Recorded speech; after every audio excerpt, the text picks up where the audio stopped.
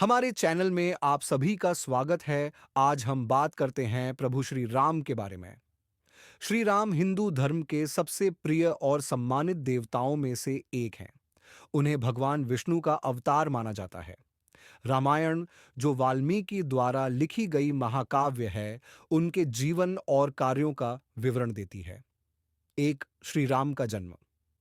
श्री राम का जन्म त्रेता युग में अयोध्या के राजा दशरथ और रानी कौशल्या के घर हुआ था। यह घटना चैत्र माह की नवमी को हुई, जिसे रामनवमी के रूप में मनाया जाता है। राजा दशरथ संतानहीन थे और उन्होंने 4 पुत्रों की प्राप्ति के लिए यज्ञ किया। इस यज्ञ के फलस्वरूप रानी कौशल्या ने श्री राम को जन्म दिया। उनका जन्म दिव्य और शुभ फलदायी माना जाता है और इस दिन को भक्तों द्वारा उत्सव के रूप में मनाया जाता है। श्री राम के जन्म के समय आकाश में देवताओं ने मंगलकारी नाद किया और धरती पर खुशियां छा गईं। उनका जन्म मानवता के कल्याण और धर्म की स्थापना के लिए महत्वपूर्ण था। 2, श्री राम की शिक्षा। श्री राम की शिक्षाएं जीवन के विभिन्न पहलुओं को उजागर करती हैं। एक, सधर्म का पालन। उन्होंने सिखाया कि धर्म और कर्तव्य का पालन सबसे महत्वपूर्ण है, चाहे परिस्थिति कैसी भी हो। 2, सत्यनिष्ठा। श्री राम ने हमेशा सत्य का पालन किया, यह दिखाते हुए कि सत्यता की ताकत हर स्थिति में सर्वोपरि होती है। 3, त्याग और बलिदान। अपने वनवास के दौरान उन्होंने व्यक्तिगत सुख को त्याग कर परिवार और समाज के लिए अपने कर्तव्यों को प्राथमिकता दी। 4, संबंधों का सम्मान। उन्होंने भाईचारे और मित्रता को महत्व दिया, विशेषकर अपने भाई लक्ष्मण के प्रति। 5, संकट में धैर्य। मुश्किल समय में भी धैर्य और शांति बनाए रखना उनके जीवन का महत्वपूर्ण संदेश है। 6, सर्वोदय का भाव। उन्होंने हमेशा दूसरों की भलाई के लिए कार्य किया, यह सिखाते हुए कि सेवा का भाव जीवन का सर्वोत्तम मार्ग है। इन शिक्षाओं के माध्यम से श्री राम ने सदियों से मानवता को प्रेरित किया है। 3, सीता के साथ विवाह। श्री राम और सीता का विवाह एक दिव्य और अद्भुत घटना थी, जिसे रामायण में विस्तार से वर्णित किया गया है। विवाह की पृष्ठभूमि। सीता, जिन्हें माता जनक की पुत्री माना जाता है, का जन्म मिथिला में हुआ था। राजा जनक ने एक यज्ञ के दौरान उन्हें पृथ्वी से पाया और उन्हें अपनी बेटी मान लिया। उन्होंने यह निश्चय किया कि सीता का विवाह केवल उस व्यक्ति से होगा जो शिवजी के धनुष को तोड़ सकेगा। आर्य राम का धनुष तोड़ना। जब राम और लक्ष्मण अपनी गुरु वशिष्ठ के साथ मिथिला पहुंचे, तो वहां सीता के स्वयंवर का आयोजन हो रहा था। सभी राजाओं और राजकुमारों ने धनुष को तोड़ने का प्रयास किया, लेकिन कोई सफल नहीं हुआ। अंततः श्री राम ने शिव के धनुष को आसानी से तोड़ दिया, जिससे राजा जनक और उपस्थित सभी जनों ने उनकी क्षमता को मान्यता दी। विवाह समारोह। राम का विवाह सीता से अत्यंत धूमधाम से हुआ। राजा जनक ने अपने राज्य में भव्य समारोह का आयोजन किया। विवाह समारोह में भगवान राम और माता सीता के बीच प्रेम और निष्ठा की प्रतिज्ञा की गई। श्री राम और सीता का विवाह आदर्श दाम्पत्य जीवन का प्रतीक माना जाता है। उनके संबंधों में प्रेम, सम्मान और विश्वास था, जो उनके जीवन के हर पहलू में दृष्टिगोचर होता है। यह विवाह न केवल प्रेम का एक आदर्श उदाहरण है, बल्कि यह मानवीय संबंधों और परंपराओं की भी महानता को दर्शाता है। सार, श्री राम के वनवास।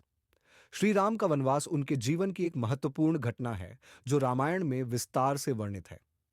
यह घटना उनके धर्म, निष्ठा और त्याग को दर्शाती है। श्री राम का जन्म अयोध्या के राजा दशरथ और रानी कौशल्या के यहाँ हुआ। उनके 3 भाई लक्ष्मण, भरत और शत्रुघ्न थे। जब राजा दशरथ ने राम को अयोध्या का राजा बनाने का निर्णय लिया, तब रानी कैकेयी, जो दशरथ की दूसरी पत्नी थीं, ने अपनी 2 इच्छाएं पूरी करने की मांग की। इनमें से एक थी राम को वनवास भेजना और दूसरी थी भरत को राजा बनाना। वनवास की घटना। राजा दशरथ कैकेयी के वचन के अनुसार राम को 14 वर्षों का वनवास देने के लिए मजबूर हुए। राम ने अपने पिता की इच्छा का सम्मान करते हुए तुरंत वनवास स्वीकार कर लिया। उन्होंने लक्ष्मण और सीता को भी अपने साथ ले जाने का निर्णय लिया। वनवास का जीवन। राम, सीता और लक्ष्मण ने वन में कठिनाइयों का सामना किया। उन्होंने विभिन्न ऋषियों, मुनियों से मुलाकात की और वहां अपने समय का अधिकतर भाग तपस्वियों के साथ बिताया। वनवास के दौरान उन्होंने न केवल कठिनाइयों का सामना किया, बल्कि अपने गुणों और आदर्शों को भी मजबूत किया। वनवास का महत्व। राम का वनवास उनके त्याग, धर्म और निष्ठा का प्रतीक है।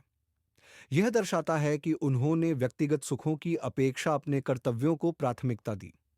इस घटना ने उनकी महानता को और अधिक उजागर किया और उन्हें एक आदर्श पुरुष के रूप में स्थापित किया। इस वनवास ने बाद में रावण के साथ उनके संघर्ष की पृष्ठभूमि भी तैयार की, जो रामायण की केंद्रीय कथा का हिस्सा है। पास सीता की अपहरण। सीता का अपहरण रामायण की एक महत्वपूर्ण घटना है, जो भगवान राम के जीवन की सबसे कठिन चुनौतियों में से एक है। घटना का पृष्ठभूमि। श्री राम, सीता और लक्ष्मण वनवास के दौरान पंचवटी में निवास कर रहे थे। रावण, लंका का राजा, सीता की सुंदरता से प्रभावित होकर उनका अपहरण करने की योजना बनाता है। अपहरण की प्रक्रिया। रावण ने पहले माया से एक स्वर्ण मृग, सोने का हिरण भेजा, जिससे सीता को आकर्षित किया। सीता ने राम से हिरण को पकड़ने की इच्छा जताई। राम सीता की इच्छा को सम्मानित करते हुए हिरण का पीछा करने चले गए। इस दौरान रावण ने सीता का रूप धारण करके राम की आवाज में एक छल कपट से लक्ष्मण को भी भ्रमित किया। लक्ष्मण ने सोचा कि सीता संकट में है और राम की मदद करने चले गए। अपहरण। जब लक्ष्मण राम के पीछे गए, तब रावण ने मौका पाकर सीता का अपहरण कर लिया। वह उन्हें अपनी पुष्पक विमान से लंका ले गया। सीता ने रावण के सामने अपने विरोध को स्पष्ट किया, पर वह उनकी इच्छा का सम्मान नहीं करता था। सीता का संघर्ष। सीता ने लंका में रावण के महल में रहते हुए भी अपने पति राम की याद नहीं छोड़ी।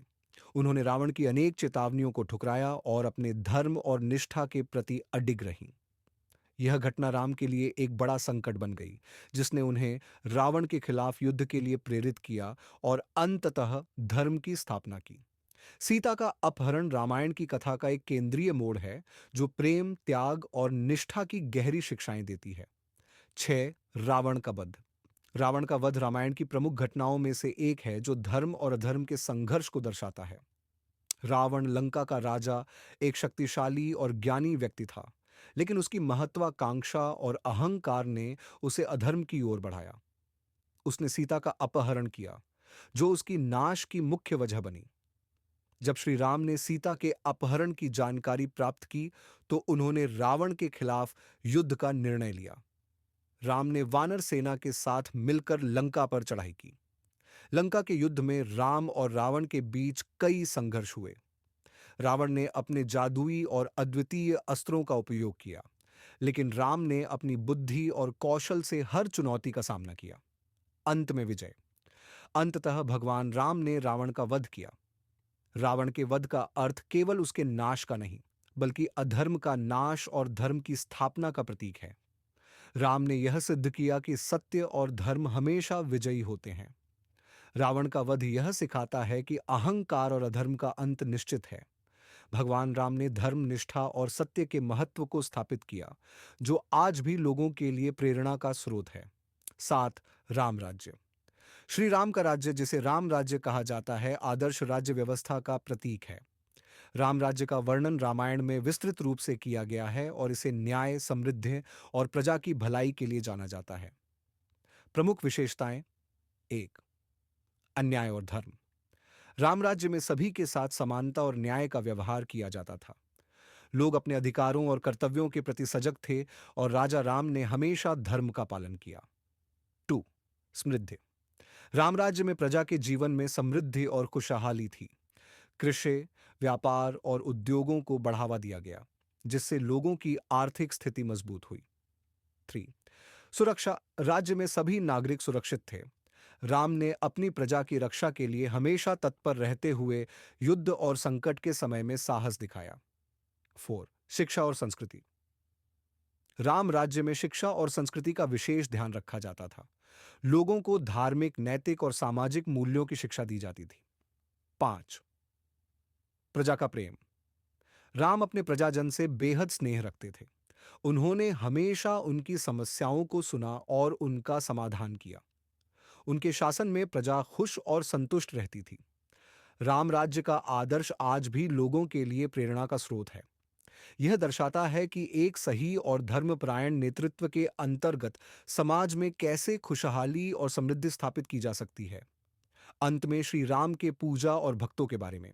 श्री राम की पूजा और वंदना हिंदू धर्म में विशेष महत्व रखती है। उन्हें धर्म, नैतिकता और कर्तव्य के प्रतीक के रूप में पूजा जाता है। पूजा के तरीके। एक, मंत्र और श्लोक। श्री राम की पूजा में विशेष मंत्र और श्लोक का पाठ किया जाता है। रामायण और रामचरितमानस से कई मंत्रों का जाप किया जाता है, जैसे राम नमः और रामायण सुनो। 2, दीप जलाना। पूजा स्थल पर दीपक जलाना और अगरबत्ती या धूप लगाना श्रद्धा का प्रतीक होता है। 3, फूल और फल चढ़ाना। श्री राम को ताजे फूल, फल और मीठे पकवान चढ़ाए जाते हैं। विशेषकर बनाना, आम और नारियल का उपयोग किया जाता है। 4, आरती। पूजा के अंत में आरती की जाती है, जिसमें भक्त श्री राम की महिमा का गायन करते हैं और दीप को भगवान के समक्ष घुमाते हैं। व्रत और उत्सव। 1, रामनवमी। यह दिन श्री राम के जन्मदिन के रूप में मनाया जाता है। भक्त इस दिन उपवास रखते हैं और विशेष पूजा करते हैं। 2, दीपावली। इस पर्व को भगवान राम के अयोध्या लौटने और रावण के वध के उपलक्ष्य में मनाया जाता है। इस दिन घरों में दीप जलाए जाते हैं और उत्सव मनाया जाता है। श्री राम के व्यक्तित्व की पूजा। श्री राम के व्यक्तित्व के गुणों को ध्यान में रखते हुए भक्त उनके आदर्शों का पालन करने का प्रयास करते हैं। उनके त्याग, निष्ठा और धर्म के प्रति समर्पण को जीवन में उतारने की कोशिश की जाती है। इस प्रकार श्री राम की पूजा केवल धार्मिक अनुष्ठान नहीं है, बल्कि उनके आदर्शों और शिक्षाओं को आत्मसात करने का माध्यम भी है।